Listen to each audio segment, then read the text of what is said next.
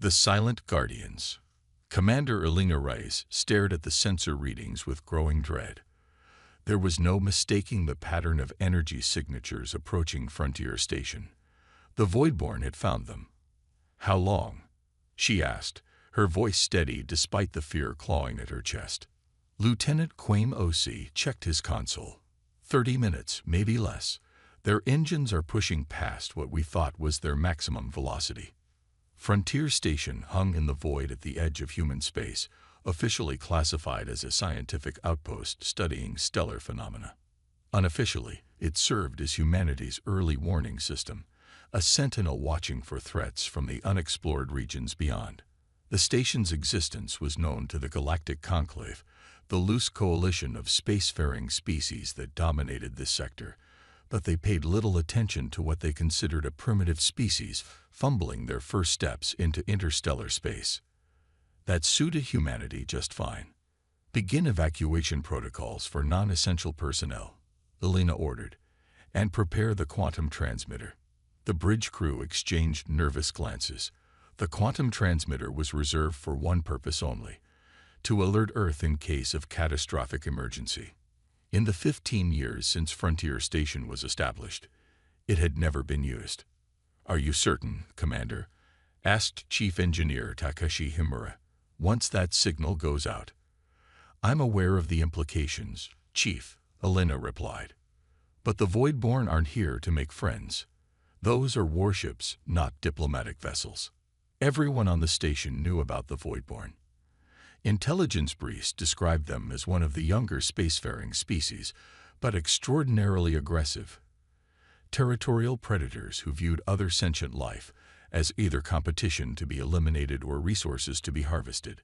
3 other civilizations had already fallen to their expansion in the past decade alone. "The evacuation pods are ready," reported Security Chief Maya Diaz. "But they won't all make it out before the Voidborn arrive." Elena nodded grimly. "I know. We need to buy them time." She moved to the central command console and placed her palm on the biometric scanner. A hidden compartment slid open, revealing a small device with a single red button protected by a clear cover. "Commander Reyes, Authorization Sierra, Echo November Tango India November Echo Lima. Initiating protocol homeward bound." The cover slid away with a soft click. Elena took a deep breath and pressed the button. Deep within the station, the quantum transmitter hummed to life.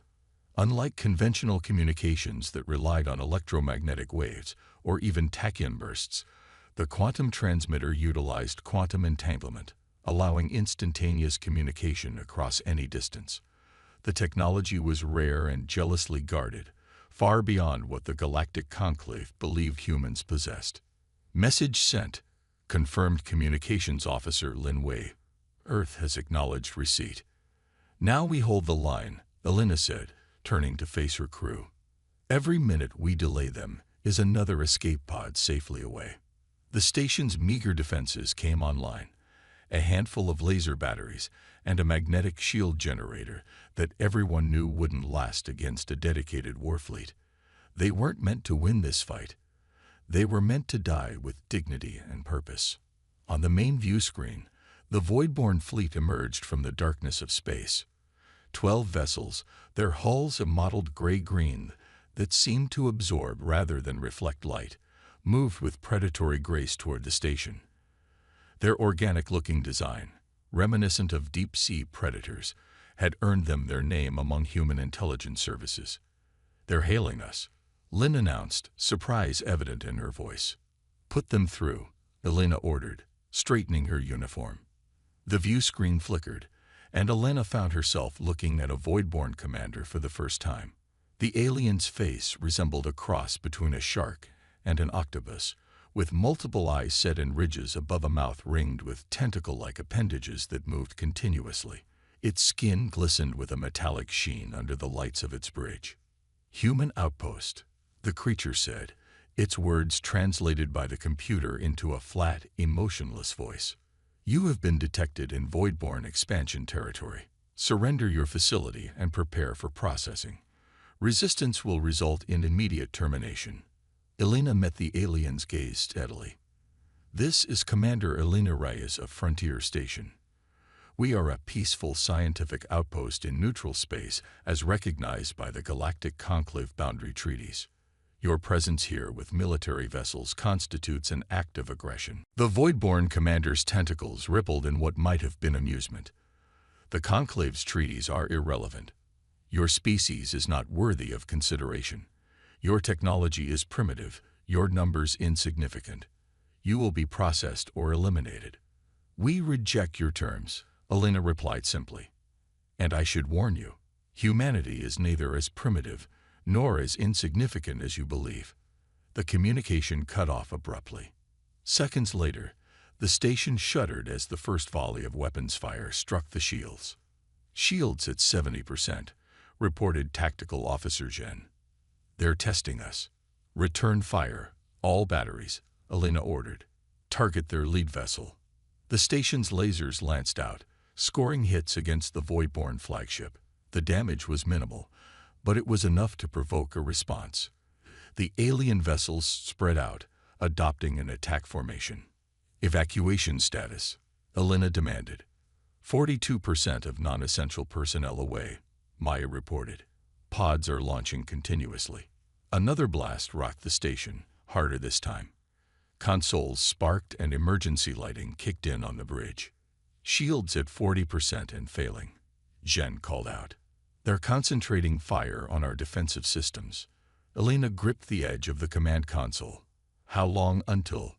Her question was cut short as the sensor array erupted with alerts.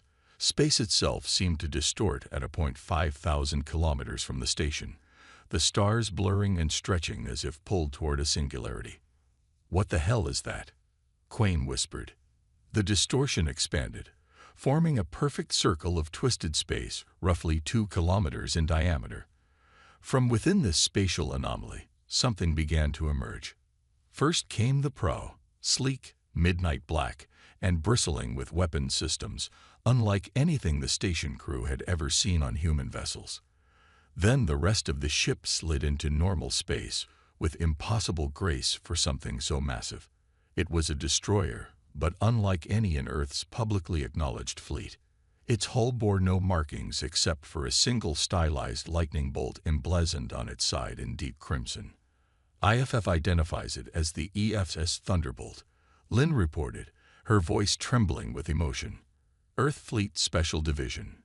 Before anyone could respond, 2 more spatial distortions appeared, disgorging additional vessels, one larger than the Thunderbolt, one slightly smaller. Their design was similar, predatory, sleek, and unmistakably built for war. The Perseus and the Artemis. Lynn identified them. They're hailing the Voidborn fleet." "Put it on speaker," Elena ordered, hardly daring to believe what she was seeing. A new voice, cold and precise, filled the bridge. "Voidborn vessels, this is Captain Marcus Chen of the Earth Fleet ship Thunderbolt. You are engaging a human installation in violation of territory claimed by the Sol Protectorate. Power down your weapons and withdraw immediately." The Voidborn commander's reply came swiftly. "Unknown vessels, this sector is claimed for Voidborn expansion. Your primitive species has no standing to issue demands. Depart or be destroyed with the outpost." There was a pause, then Captain Chen's voice again, containing just a hint of what might have been anticipation. "Very well. You have made your choice." What happened next occurred so quickly that Elena could barely follow it. The 3 Earth vessels moved with impossible speed, their engines leaving trails of blue-white energy as they accelerated toward the Voidborn fleet. From the Thunderbolt's forward section, a pulse of energy, not a laser or plasma bolt, but something that seemed to distort the very fabric of space around it, lanced out and struck the Voidborn flagship. The alien vessel didn't explode. Instead, its hull seemed to compress inward as if crushed by an invisible hand. Secondary explosions rippled along its length as the ship crumpled like an aluminum can in a giant's fist. The remaining Voidborn ships scattered, abandoning their attack on the station to focus on this new, unexpected threat. They fired their weapons in perfect coordination, energy beams converging on the thunderbolt from multiple vectors. The human vessel made no attempt to evade. The enemy fire struck some kind of defensive field that flared brilliant blue, absorbing the energy without apparent effect. "My God," Quain whispered. "What are we seeing?" Elena had no answer. Nothing in humanity's known technological arsenal could explain what they were witnessing. The three Earth vessels moved through the void-born formation like wolves among sheep, their weapon systems disabling or destroying alien ships with surgical precision. Within minutes, it was over. Of the 12 void-born vessels, 8 were destroyed, 3 drifted powerless, and the last had attempted to flee only to be disabled by a precision strike from the Artemis. "We're being hailed by the Thunderbolt," Lynn announced, her hand shaking as she accepted the transmission. Captain Marcus Chen appeared on screen, a man in his 50s with close-cropped gray hair and the bearing of someone accustomed to command. His uniform was unfamiliar, black with silver trim, bearing insignia Elena didn't recognize. "Commander Reyes," he nodded in greeting. "The Thunderbolt will be docking with Frontier Station in 15 minutes to render assistance and extract your personnel. Your actions here have saved countless lives." "Well done, Captain," Elena replied, struggling to find words. "Thank you for the rescue. But what is the Thunderbolt? When did Earth develop this technology?" Chen's expression remained neutral, but a hint of pride showed in his eyes. "That, Commander, is a long story, one that the galaxy is about to learn." Thunder and lightning. The observation deck of the Thunderbolt provided a panoramic view of space that would have been breathtaking under normal circumstances. Now, as Commander Elena Reyes stood beside Captain Chen watching the last of her station's personnel being evacuated, she could only focus on the graveyard of void-born ships floating in the void. "How long has Earth been hiding this level of technology?" she finally asked. Chen clasped his hands behind his back, his posture military perfect. "Since first contact, essentially. When our probes first encountered alien transmissions 70 years ago, Earth's leadership made a strategic decision. We would present ourselves as a young, technologically unsophisticated species, while secretly preparing for the possibility that the galaxy might not be as welcoming as we hoped." 70 years. Elena shook her head in disbelief. "That's impossible." "The technological leap was already underway," Chen interrupted. "The public history books record that quantum physics hit roadblocks in the early 21st century. The truth is that theoretical breakthroughs in unified field theory led to practical applications that the general population never saw. By the time we detected alien signals, we had already developed the foundation for gravity manipulation, energy weapons, and faster-than-light travel." Elena turned to face him. "And the Thunderbolt? These ships weren't built overnight. The Silent Fleet has been in development for 40 years, Chen replied. "Constructed in secret facilities throughout the outer solar system. The Thunderbolt is actually one of our older vessels." A lieutenant approached, offering a data tablet to Chen. He scanned it quickly and nodded. "The Voidborn have sent a distress signal," he informed Elena. "Their home fleet is mobilizing." "As expected." "Expected?"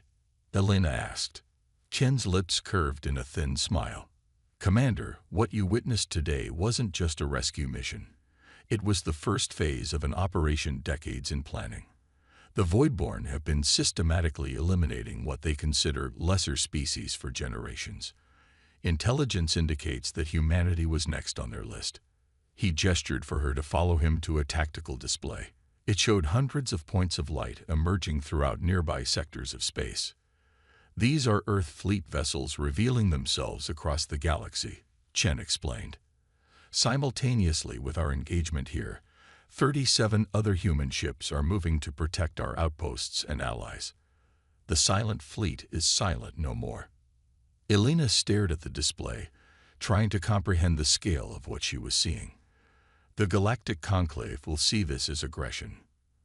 "Perhaps initially," Chen agreed. "But they'll soon understand our true purpose." The ship's AI announced an incoming transmission from Earth Command. The tactical display was replaced by the image of a stern-faced woman in her 60s wearing an admiral's uniform. Captain Chen. She greeted him. Phase 1 is complete. All targeted Voidborn battle groups have been neutralized with minimal casualties. The Conclave has requested an emergency session. As anticipated, Admiral Harris, Chen replied. Commander Rise of Frontier Station is with me. Her warning gave us the perfect opening. Admiral Harris nodded to Elena. Your service will be remembered, Commander. Captain, you'll proceed to Conclave Station immediately. The diplomatic team is already en route. It's time for humanity to formally introduce ourselves to the galaxy. The transmission ended, and Chen turned back to Elena. You're about to witness history, Commander. Care to join me? 48 hours later, Elena found herself aboard the Thunderbolt as it approached Conclave Station, an enormous ring-shaped structure that served as the neutral meeting ground for the galaxy's spacefaring civilizations.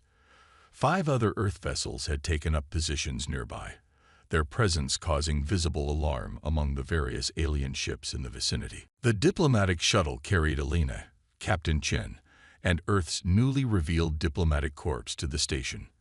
As they walked through the grand corridors, representatives of a dozen alien species watched them pass with expressions ranging from curiosity to outright fear. The conclave chamber was a vast amphitheater, with delegation booths arranged in concentric circles around a central speaking platform. Elena took her place beside Chen in the human delegation's booth, which had previously been one of the smallest and least prominently positioned. Today, it had been moved to the inner circle. The session began with accusations.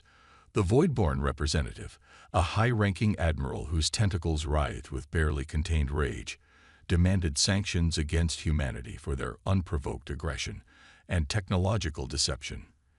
The Azeran delegate, a crystalline being who served as the current conclave moderator, acknowledged the complaint and invited Earth's representative to respond.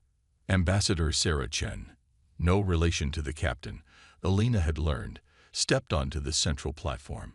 Unlike the military personnel, she wore flowing robes of deep blue emblazoned with Earth's new emblem, a stylized planet with a lightning bolt through it.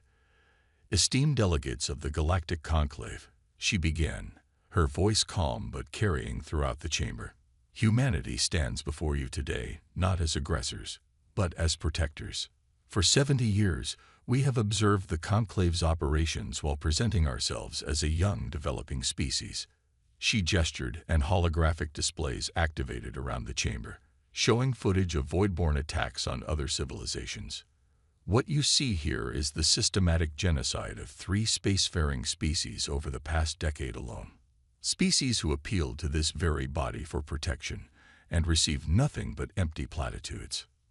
Murmurs spread through the chamber as the footage continued, showing the devastation wrought by the Voidborn. Many delegates shifted uncomfortably in their seats. The Voidborn's next target was humanity. Ambassador Chen continued. Their attack on our frontier station was merely the first step in a planned campaign of extermination. We responded not just to protect ourselves, but to end the threat they pose to all developing civilizations. The Voidborn admiral rose from his seat, voice translator conveying his fury. These are fabrications. The human presence in that sector was a provocation. We have accessed your military command archives. Ambassador Chen interrupted, her voice hardening. Your species has eliminated 17 civilizations in the past century. The evidence has been provided to all conclave members. She turned to address the entire assembly. Humanity concealed our technological advancement not out of deception, but out of prudence.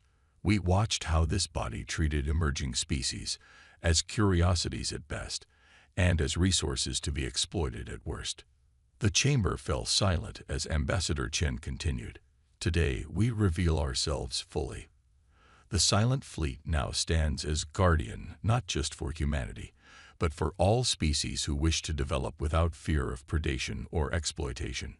The Azeran moderator's crystalline form shimmered with what might have been concern. Ambassador Chen, while the evidence against the Voidborn is compelling, Your species has no authority to appoint itself galactic protector. Such actions must be sanctioned by the Conclave. With all due respect, Moderator, Chen replied, the Conclave has demonstrated its unwillingness to fulfill that role. 17 extinct civilizations stand as testament to that failure. She gestured again, and the holographic display changed to show the current positions of Earth's fleet throughout the galaxy. The scale of the revelation sent fresh shock waves through the assembly. We do not seek conquest or dominion. We seek only to ensure that what happened to those 17 civilizations never happens again, to any species. As the implications sank in, Alina realized that the galaxy's power structure had been irrevocably altered. Humanity, long dismissed as an insignificant newcomer, had revealed itself as perhaps the most technologically advanced species in known space. In the days that followed, the Conclave reluctantly acknowledged the evidence against the Voidborn and imposed sanctions. More significantly, they established a new protective council with humanity as a founding member. The Silent Fleet was formally recognized as a peacekeeping force, authorized to intervene against existential threats to developing civilizations. Standing on the observation deck of the Thunderbolt as it prepared to depart Conclave Station, Alina found herself joined by Captain Chen. Having second thoughts about your new assignment? He asked. Alina shook her head. No, sir. It's just a lot to process. Yesterday I was commanding a small observation post. Today I'm being appointed as liaison officer to the Protective Council. Chen nodded. Few were more qualified. You stood your ground against the Voidborn when you thought you had no chance of survival. That's exactly the spirit that built the Silent Fleet. What happens now? Alina asked, watching as a delegation from one of the younger spacefaring species boarded a shuttle bound for Earth. Now, Chen smiled slightly. Now the real work begins. We've revealed our hand, and while many species are relieved to have protection against predators like the Voidborn, others are unsettled by the sudden shift in the balance of power. He turned to face the stars. Humanity didn't set out to become the galaxy's sentinel, Commander Reyes. But sometimes, duty finds us whether we seek it or not. The distress signal you sent didn't just save your station. It signaled the beginning of a new era for the galaxy. As the Thunderbolt engaged its engines and prepared to create another spatial distortion for its journey, Alina couldn't help but feel a mixture of pride and apprehension. Humanity had stepped out of the shadows and onto the galactic stage in spectacular fashion. What came next would reshape the destiny of countless civilizations. The Sentinel's call had been answered, and the galaxy would never be the same.